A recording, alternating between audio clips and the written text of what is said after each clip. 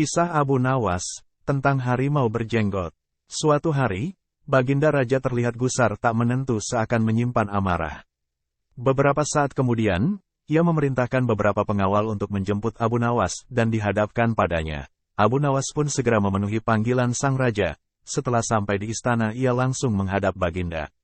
Tanpa basa-basi Baginda langsung berkata, "Wahai Abu Nawas, aku ingin sekali melihat harimau berjenggot, dan tugasmu adalah menghadirkannya di hadapanku." Titah raja dengan tegas, "Engkau hanya kuberi waktu 8 hari, jika tidak bisa, maka aku akan menghukummu." Tambah sang raja, "Baiklah yang mulia, hamba akan melaksanakan perintah Baginda," jawab Abu Nawas. Setelah menerima perintah Baginda, Abu Nawas pamit mohon diri untuk meninggalkan istana. Sesampainya di rumah, Abu Nawas meminta seorang tukang kayu membuatkannya sebuah kandang harimau yang mana waktu pengerjaannya berlangsung selama 3 hari. Pada hari selanjutnya, Abu Nawas pun menemukan ide untuk mengisi kandang tersebut dengan seekor harimau berjenggot. Ia mulai menceritakan tersebut pada istrinya. Abu Nawas berpesan pada istrinya, "Wahai istriku, jika pada hari ke-7 nanti datang seorang tamu laki-laki berjenggot, maka mintalah ia duduk dalam kandang tersebut." Pesan Abu Nawas. Sampailah pada hari ke-7, ketika hari sudah menjelang siang, Abu Nawas berangkat menuju sebuah musala yang sedikit jauh dari kampungnya untuk menunaikan salat zuhur berjamaah. Selesai salat, Abu Nawas tidak segera beranjak dari tempat duduknya. Sang imam pun datang menghampirinya dan bertanya, "Tumben sekali engkau salat berjamaah di sini," kata sang imam. Abu Nawas pun berpura-pura sedih dan tidak menjawab pertanyaan sang imam. Sang imam pun kembali bertanya kenapa ia bersedih. Akan tetapi Abu Nawas tetap diam. Sang imam yang penasaran terus memaksa hingga akhirnya Abu Nawas mau menjawab pertanyaannya. Ia menceritakan jika semalam ia bertengkar dengan istrinya karena itulah ia meninggalkan rumah dan salat di musala itu yang sedikit jauh dari rumahnya.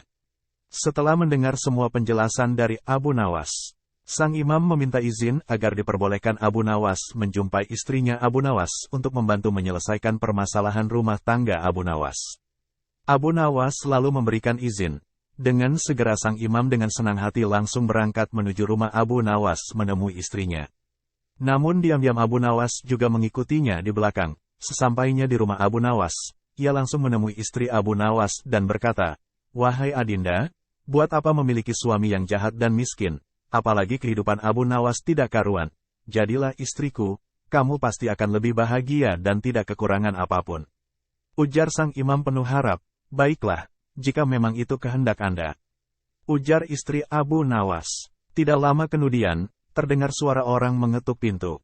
Ialah Abu Nawas beserta 2 orang sahabatnya yang sengaja diajak Abu Nawas untuk minum teh di rumahnya. Mendengar ada yang datang, sang imam sangat kaget dan takut perilakunya diketahui orang lain.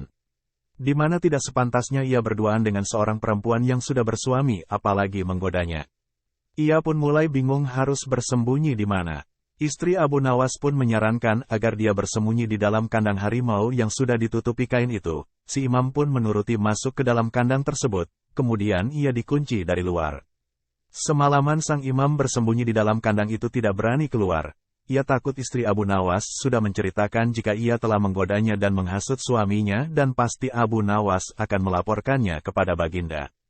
Abu Nawas pun tidak beranjak dari rumahnya malam itu. Ia sudah mengetahui jika di dalam kandang itu adalah si imam seperti diceritakan istrinya. Sebelumnya Abu Nawas juga sudah mengetahui jika si imam suka berperilaku buruk, suka menggoda istri-istri orang di kampung itu. Oleh sebab itu Abu Nawas berencana memberi ia pelajaran, karena perilaku seperti itu sangat tidak pantas apalagi dilakukan oleh seorang imam. Hari sudah menjelang tengah malam, si imam yang sudah lelah berpikir di dalam kandang akhirnya tak sadar tertidur pulas. Pada pagi harinya, Abu Nawas dikejutkan dengan kedatangan beberapa pengawal kerajaan. Hari itu adalah hari ke-8 sesuai janjinya kepada Baginda untuk menghadirkan harimau berjenggot ke hadapan Baginda. Para pengawal segera membawa Abu Nawas beserta kandang harimau yang ditutupi kain berisi tuan imam.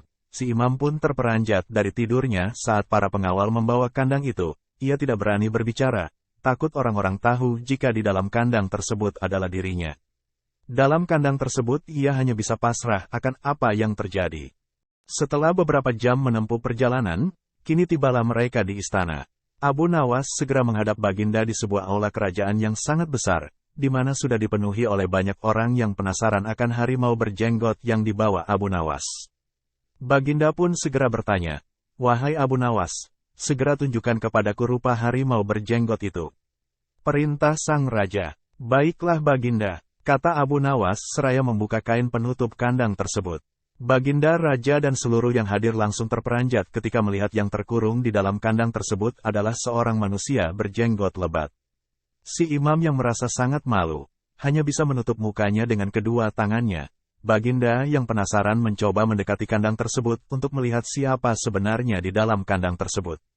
Sang imam pun mencoba memalingkan wajahnya yang ditutupi itu karena merasa sangat malu. Baginda pun meminta sang imam untuk menunjukkan wajahnya. Dengan terpaksa sang imam membukanya. Baginda pun semakin terkejut kala mengetahui jika ia adalah seorang imam. Beliau kemudian berkata dengan keras, "Apa-apaan engkau ini Abu Nawas? Kenapa sang imam bisa ada di kandang ini?"